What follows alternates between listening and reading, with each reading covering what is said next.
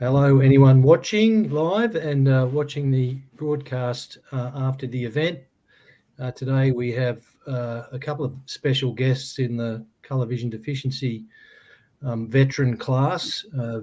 Dr Arthur Pape is with us again, and everyone knows Arthur. We also have John O'Brien, who is another person who took on the colour vision deficient zealots in CASA and successful. And John's here this evening to hopefully walk us through his career history, what he's doing now, and his insights into the colour vision deficient battle. Good evening, John, or wherever you are. Is it good morning or good evening? Where are you at the moment, and how did you get It is a good evening. I'm in Incheon in South Korea at the moment, so it's about 6 p.m. here. But yeah, thanks for having us, Clinton. Yeah, and how did you get there? Why are you there?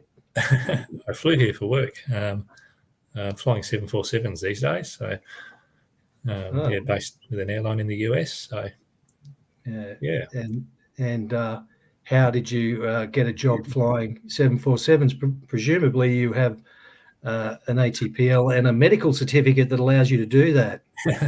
I certainly do. I've got a CASA medical and license, obviously, but I've also got an FAA medical and license now as well, ATP and unrestricted medical.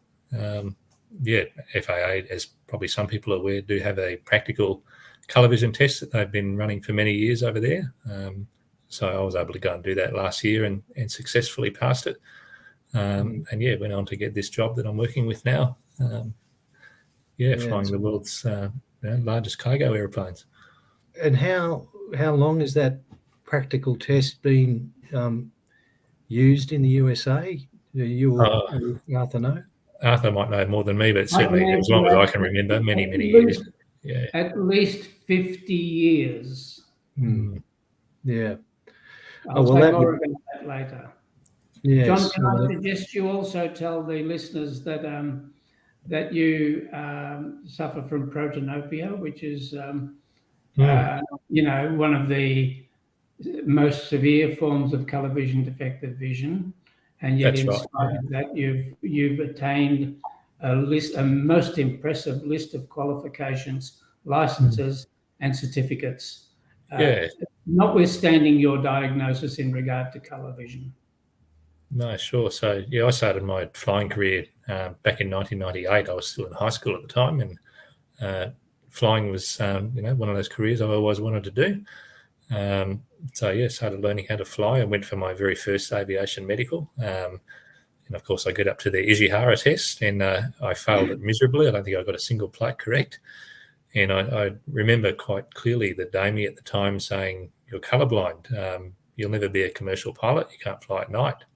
And up until that point, I had no idea that I was colour defective because I'd adapted my whole life up until that age without realising. So obviously hearing that news, I was pretty devastated. And I went back home, did a bit of research, and it was after that I heard about Arthur Pape and his successful victories in the AAT back in the 1980s.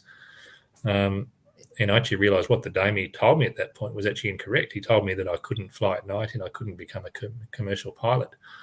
But it wasn't actually quite true. At that stage, back in the late 90s and the early 2000s, you could still get not an unrestricted medical, but you could certainly get a Class 1 medical that allowed you commercial pilot privileges, day or night, IFR. The only restriction essentially was that you couldn't utilise the privileges of an ATPL and you couldn't operate outside of Australian airspace. So with that in mind, I sort of continued on my career. I started in general aviation once I'd finished all my flight training, did instructing for several years, up to the senior levels of grade 1 multi-engine IFR instructing, commercial pilot, charter pilot as well, flying Navajos and Cessna 310s and around, single pilot night IFR in the middle of the outback. Did that for several years, and then about 2010 I got a job flying Dash 8s with a regional turboprop operator in Queensland. So I started as a first officer, did that for about 4 years. I was well and truly ready for a command upgrade, and many of the other pilots that started around the same time as me, they all went on and got their commands. But of course, up until this point, I still had a restricted medical that wouldn't let me utilise an ATPL privilege, even though I actually held the licence, because I attained the hours for that several years beforehand. So I've got this ATPL licence in one hand, and I've got a medical on the other hand saying, no, you can't use that. So it just didn't make a lot of sense to me. Obviously, leading up to that point, I'd done all the various tests that were available, the various clinical colour vision tests, the Farnsworth tests, etc. At that point, CASA had a signal gun test as well in Australia, the control tower signal gun test. Unfortunately, I missed out on that test as well by only a single light on the time I went to pass it. So as a result, I couldn't get those privileges or restrictions, removed from my medical. Obviously, I had references and so forth collected from my employers that I'd worked with over the years. I submitted all of that to CASA Avmed at the time, and it was completely rejected out of hand. There was just no wiggle room at all to alter my restrictions to allow me to continue with my career. So it was that stage in about 2014 that I decided to apply through the Administrative Appeals Tribunal. Pretty lengthy process, as Arthur would remember as well. And I think it was about 12 to 18 months from memory from the time we sort of started the process to the time ultimately it finished. And as a lot of you would know, as a result of that, I was able to get some of those restrictions removed, most importantly, the one that allowed me to go on and use my ATPL privileges. So yeah, following year 2015, I got my command on the Dash 8. Pretty quickly after that, I started getting involved in training and checking on the aircraft as well. So I had quite a lot of experience dealing with the CASA flight operations staff, and they were all very supportive, worked on a practical basis.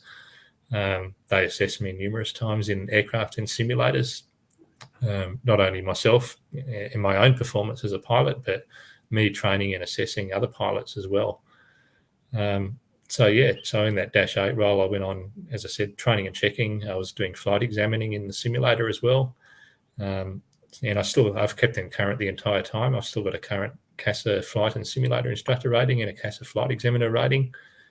My examiner rating allows me to test for ATPL licenses, incidentally, now as well. So I can test those. I can also test for instrument ratings, type ratings on the Dash 8, and also I can do instructor rating tests. And in addition to that, I can also now do flight examiner rating proficiency checks on behalf of CASA as well. So I've got a fairly extensive training and checking background. And as I said, the CASA flight ops staff have always been very supportive. It's the medical issue that's caused problems over the years. So essentially that was a large part of my flying career. There was a brief period prior to COVID. I was flying A320s for a low-cost carrier in Australia. A lot of people would probably know who they are, that no longer exist, unfortunately. So I flew the A320 as a first officer for a couple of years. Since then I've been back flying Dash 8 turboprops again until about 8 months ago, where I was able to get this job based in the US, and all checked to line now on the 747. Based in Chicago currently, but operating all over the world, throughout the Europe, US, and in Asia. So that's kind of a brief rundown on my career. So it's been 22 years now. I've got about 9,000 hours. Yeah, you make an important point about the operational staff and the operational issues, and we might later, after you need to peel off, we might talk about what the civil aviation safety regulations say about the colour vision standard, because in my view, Avmed need have nothing to do with, and should have nothing to do with, the administration of the colour vision standard, because it's set by law, other than the operational test. But anyway, we'll talk about that later. I'd ask one point to clarify one point. In your AAT matter, of course, CASA fell over backwards to try to make it clear that it wasn't a test case and it only applied to you as an individual, didn't they? That's exactly right. Yeah, they did, and it's an interesting. Their attitudes are interesting at all sorts of levels. They just got to try and treat everyone as a unique case, as if your colour vision deficiency is not the same as someone else's with the same colour vision deficiency. The outcome's got to be different because for someone else because they're not as clever as you, or it is nonsensical in my view. But they did go to a lot of trouble to say that this was only a decision that applied to you. That's correct. Yeah, exactly. There has been, obviously there was that period of enlightenment briefly there, I think you touched on in the last meeting with Arthur, where we did have the OCVA in Australia. That was only in existence for, I think, a bit over 12 months before it was suspended last year. Yes, so, and it points up the fact that so much of this depends upon the differing subjective opinions of people. When we go to the regulations, the law states the opinion of it states what the colour perception criterion is, and the 3 tiers of ways in which you establish compliance with it, and the differing third tier tests are simply the changes are simply as a consequence of changes in power balances and opinions. That's right. Of medical bureaucrats, and it doesn't make sense. And as you know, and Arthur knows, I put in an FOI request to CASA seeking access to documents evidencing the decision-making process and the basis upon which they decided that the OCVA shouldn't be the third tier test. And now we appear to be in a hiatus where they're coming up with a different test.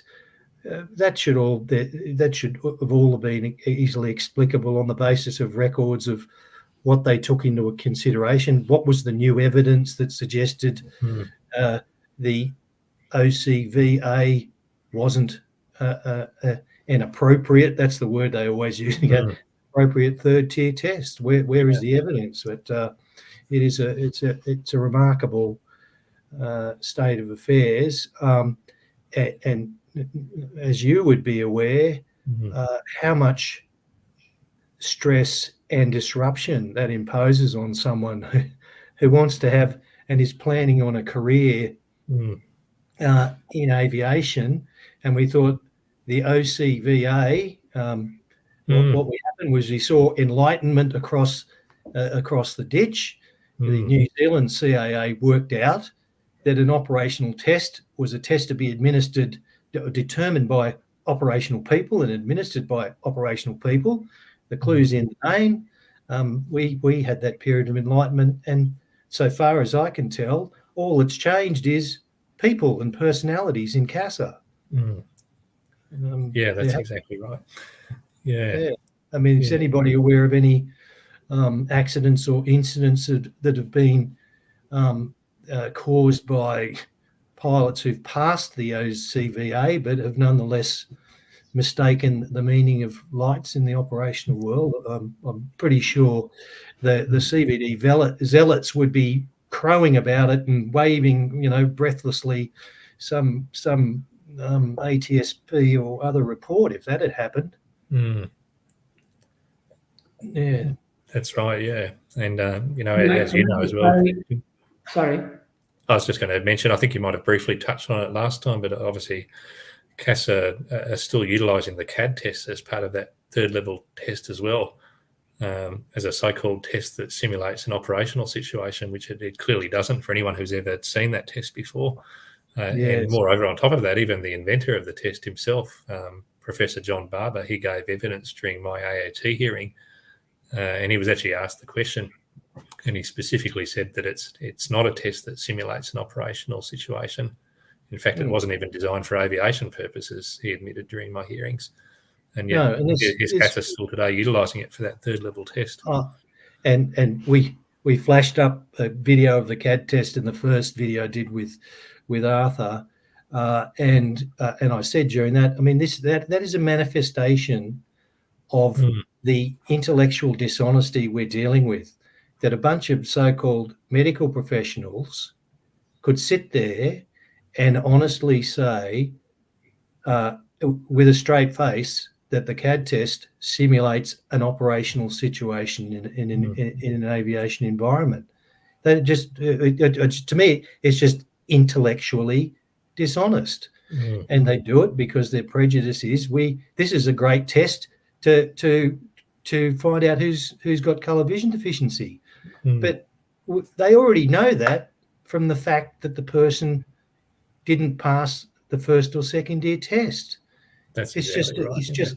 It's an activity that is a waste of time and money for the applicant, not a waste of time and money for the people administering the test. And it's probably a rich source of data that Avmed's collecting, so that it can go off to highfalutin conferences and talk about all of this data that it's collected. But the law says that's not the way in which a person demonstrates compliance with the colour perception criterion. They just, there's so many things I deal with where they seem to be insouciantly indifferent to what the law constraints the law impose on them. They're happy to wield it against us. Yes. But when you point out to them, the law actually applies to you too, and here's what it says, and they don't like that, they just go on their merry way because they know that they've got the trump card in the sense that they've got the power to issue the piece of squash tree. And absent that piece of squash tree, you're in trouble. And they know how much time and effort and stress it takes to take them on. And it's just wrong, in my view. Just wrong. That's right. So we have, obviously people are probably aware that CASA have said there will be a different version of the ICVA coming back in the future. Instead of the ICVA, apparently it's going to be called the ACVA, I think the Australian Colour Vision Assessment, I think it's called. The only thing is we don't know what the details of that test are as of yet or when it's going to be back. The latest we've heard for anyone listening is that CASA have said they're in the process of developing all the training material currently for the flight examiners that are going to be conducting this test. But as the CBDPA, we don't really have, at this stage, we haven't seen what the test is actually going to entail, other than it's going to be focused more on the PAPI. So I guess it remains to be seen what it's going to look like and how much longer it's going to take before it's reintroduced again. Can I give my tuppence worth on that? I am 100% certain that this is going to be a disaster. It is embodied in false science. It's designed by non-operational people. It is basically designed and there to placate the optometry profession. It has nothing to do with operational examiners testing for safe performance. It will be another version of a colour vision test. And it's not hard to design a colour vision test under the guise of an operational test. They do it all the time. The OCVA that we had, developed in New Zealand and adopted by Shane Carmody and the then PMO Simon May, and the operational people, all the airlines, all the aviation bodies adopted this procedure that the new regime in Avmed have decided to suspend and modify to the point where it won't be recognisable anymore. It defeats the purpose. It will not be designed for what it's meant to do. And the whole concept. It's not scientific, it's political. And I have to say too, that the reason we see John O'Brien sitting in front of us is that he had the guts and determination, and the CVDPA had the resources to give significant support to John to run his AAT case. And I think that we should start getting ready for the next challenge, and reinvigorate support for the CVDPA, because there's going to be a bun fight ahead and it won't be too far away. Yes. Because the whole process that we see happening, we don't see it. That's the point. We're blind to it. Is shrouded in secrecy and mystery. We've asked for information about the underlying thinking, who attended meetings, who sounded the alarm about the safety of the last version of the OCVA that we helped bring in. And it's all totally secret. And when I asked the assistant PMO or the deputy PMO for a good supply of evidence that they base their decisions on, and if he couldn't supply it, we would have to go down the path of litigation. Well, he went ape over the fact that I was threatening litigation. Well, and that's because they can't be honest and open and transparent in their deliberations on anything to do with cover. And unfortunately, like as Arthur's sort of saying there, when this ICVA was first suspended early last year, we've been trying to work consultatively, I suppose, with CASA since then. Initially, the word was that they had suspended it because there was, I guess, a lack of standardisation about how the assessment was being conducted. Because unfortunately, there's never really been any clear guidance on the CASA website or information available to the examiners as to how exactly this test should be conducted in a standardised manner.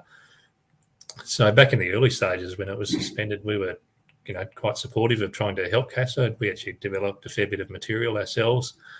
We flew to Canberra and had a meeting with them as well to try and, be involved in the process and trying to help make it bigger and better, as was the goal at the time. Unfortunately, very quickly after that, we were kind of cut out, I suppose, from the process. CASA got their own panel together, which was essentially full of medical experts.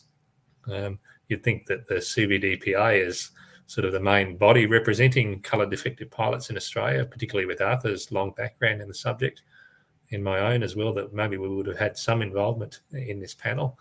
But unfortunately, we weren't.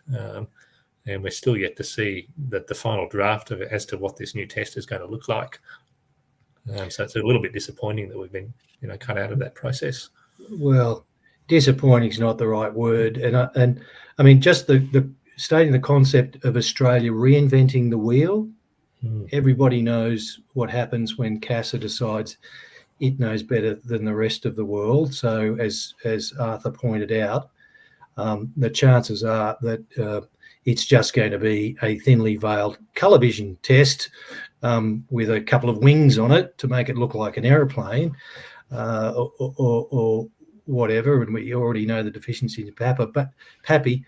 But the fact of the delay and the uncertainty that creates, it sickens me that the way in which the carefree arrogance with which they really don't care about how much uncertainty this causes, how much the people who are trying to plan careers, what it does to them, they just don't care.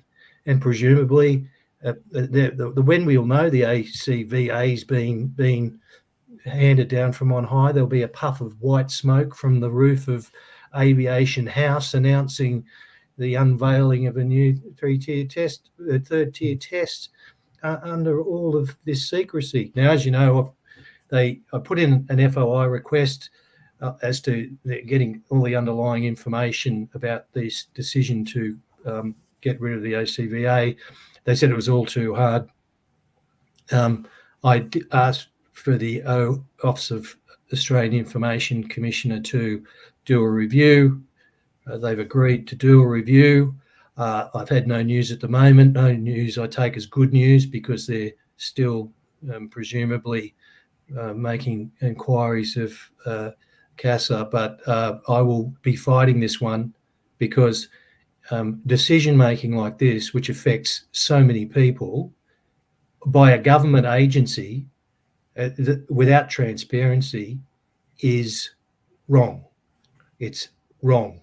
And hopefully out of robo-debt, the bureaucracy will start doing a bit more navel-gazing and thinking, well, maybe we should do two things. One is do it in accordance with the law, and do things with a bit of humanity and do the right thing rather than the way Avmed treats people. But anyway, we'll see how those things go, because this is, the suspension of the OCBA without any warning, and then the uncertainty that's gone on for how long?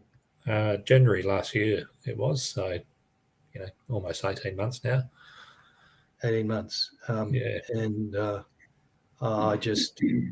And so presumably what they're doing now is that they're pretending that the CAT is the third tier test, which doesn't simulate an operational situation.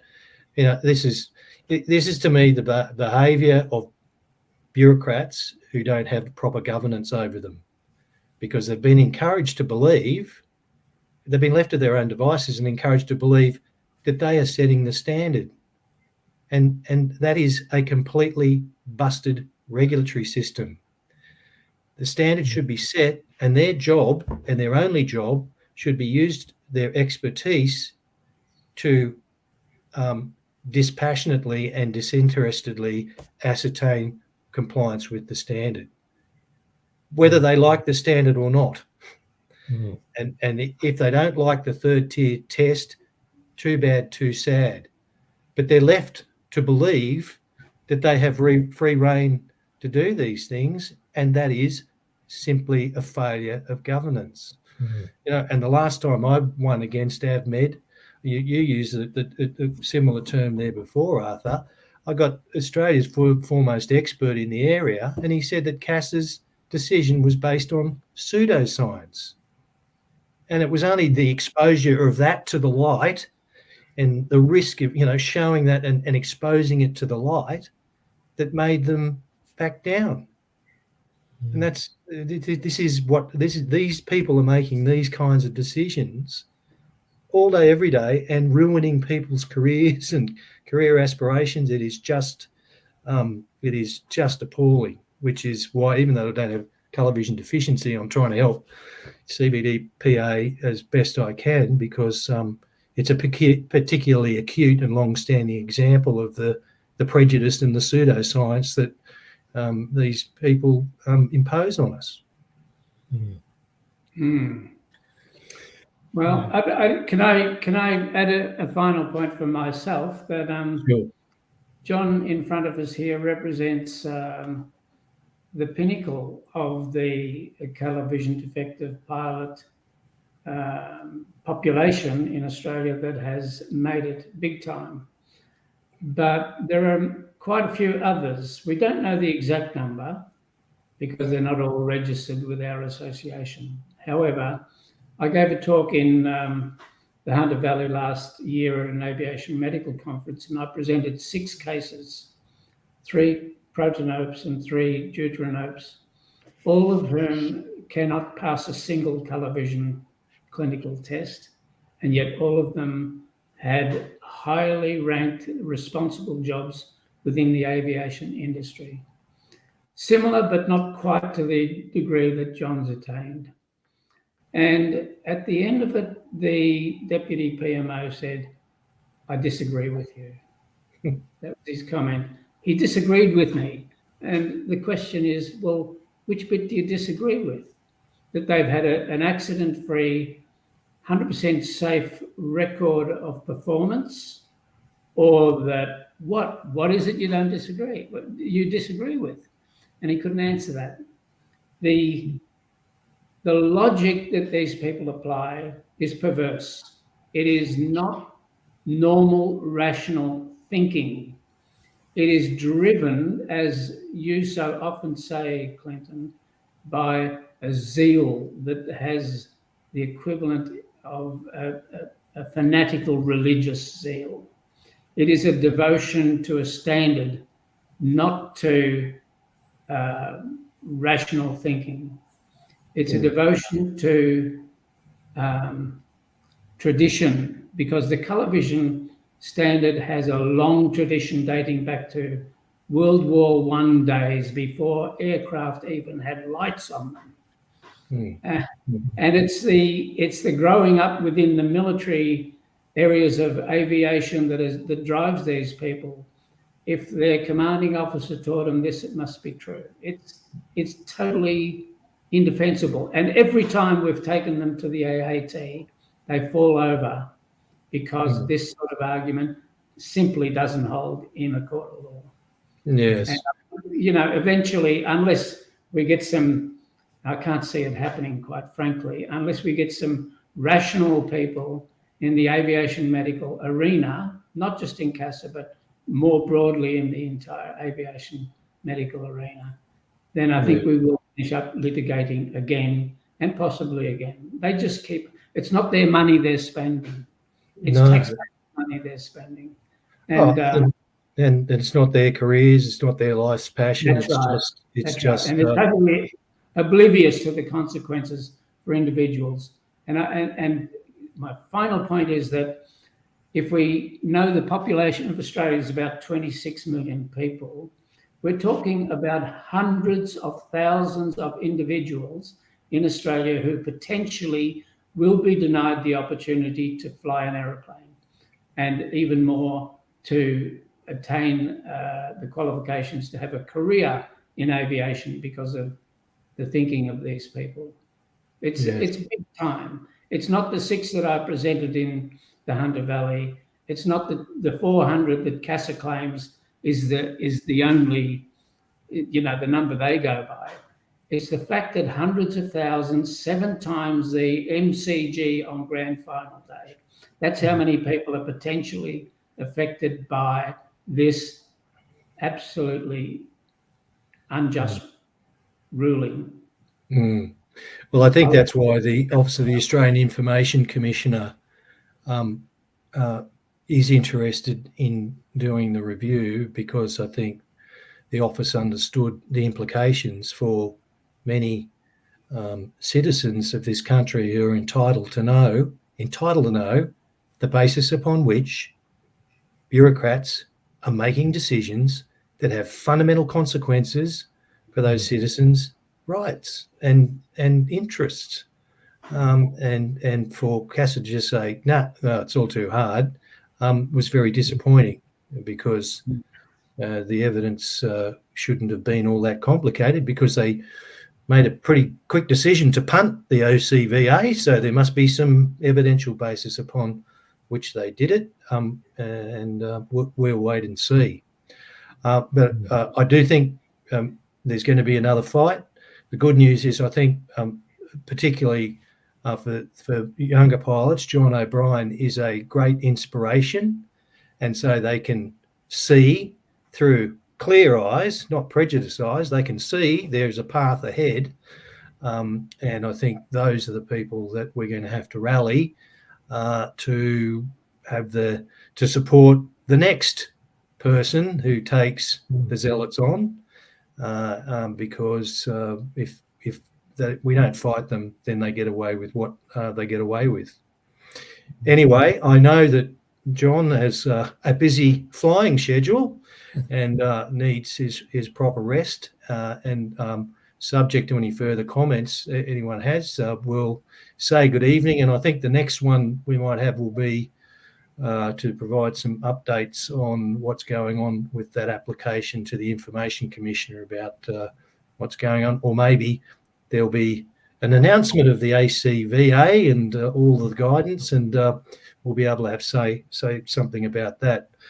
So good evening, Arthur and John, and thank you for taking the time to appear this evening. Yeah, thanks, Clinton. Thanks for facilitating this. Thanks for listening, everyone. Thank you. Good day.